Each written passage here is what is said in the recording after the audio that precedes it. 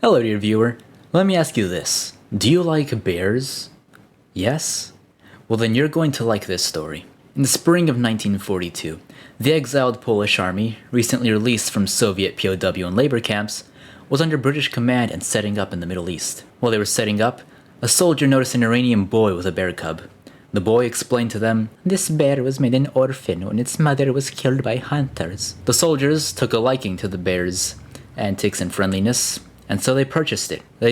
The bear was taken care of by a refugee in the camp, and in August it was donated to the 2nd Transport Company, or what would later be known as the 22nd Artillery Supply Company of the Polish 2nd Corps. He was given the name Wojtek by the soldiers, and soon he would become a morale-boosting mascot and brother-in-arms for the soldiers. Wojtek wasn't treated like any regular animal though, and in true Polish fashion, he was fed milk through a vodka bottle, along with fruits and nuts. And if he behaved himself, he would be rewarded with a beer and even the occasional cigarette. Not bad, Wojtek.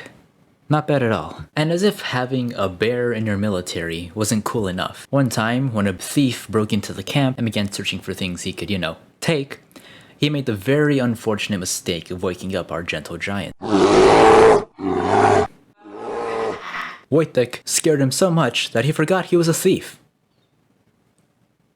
When the Polish army was being shipped out of Egypt and into Italy in 1943, they were told Wojtek wouldn't be allowed to go with them, as a war zone is made for soldiers, not really for animals. Oi lad, where do you think you're taking that there bear? Bear? No, this is Wojtek.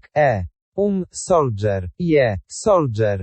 And it was with that Wojtek was drafted into the Polish army. He was given his own paycheck, serial number, and was even given the rank of private, and he got the honor of being shipped away overseas to Italy. In Italy, there were a series of fortifications known as the Winter Line. In 1944, the Germans held the western portion of the line, and the Allies thought that if they could take the rocky hill of Monte Cassino, they could break through and have easy access to the Italian capital of Rome. Atop the hill was an abbey that was converted into a fearsome fortification. During the Battle of Monte Cassino, one of Wojtek's caretakers, Henryk Zacharewicz, had to leave the bear alone for the day to spot targets for the artillery. He was chained near soldiers firing the artillery and began imitating the men. He would pick up crates full of shells that would normally take 4 people to lift and move them from one side to another, cannon to cannon. The Battle of Monte Cassino would cost more than 70,000 lives on both sides.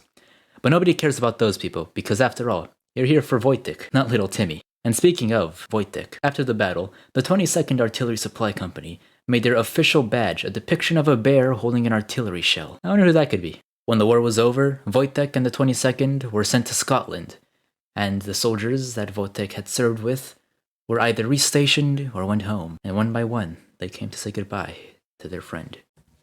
In 1947, Wojtek officially left the army. When he started, he was but a private, and once he was finally discharged, he rose to the rank of corporal. He retired to Edinburgh Zoo, and there he enjoyed a good life as a celebrity, doing the occasional interview and even appearing on a local children's show from time to time. As time went on, Wojtek got to see a couple of his old comrades every now and again, as Polish veteran Agustin Karolewski said when he reunited with Wojtek. As soon as he mentioned his name, he would sit on his backside and shake his head wanting a cigarette. Still one of the boys. On December 2nd, 1963, at the age of 21, Wojtek passed away. Wojtek was not only a hero, but a shining example of what every person should strive to be. And that is a bear. Decades after his death, statues were erected to pay respects to our fuzzy friend. And feeling inspired for the sake of history and for the sake of my admiration for Wojtek, I flew to Krakow, Poland, to see one of those statues. And it was alright.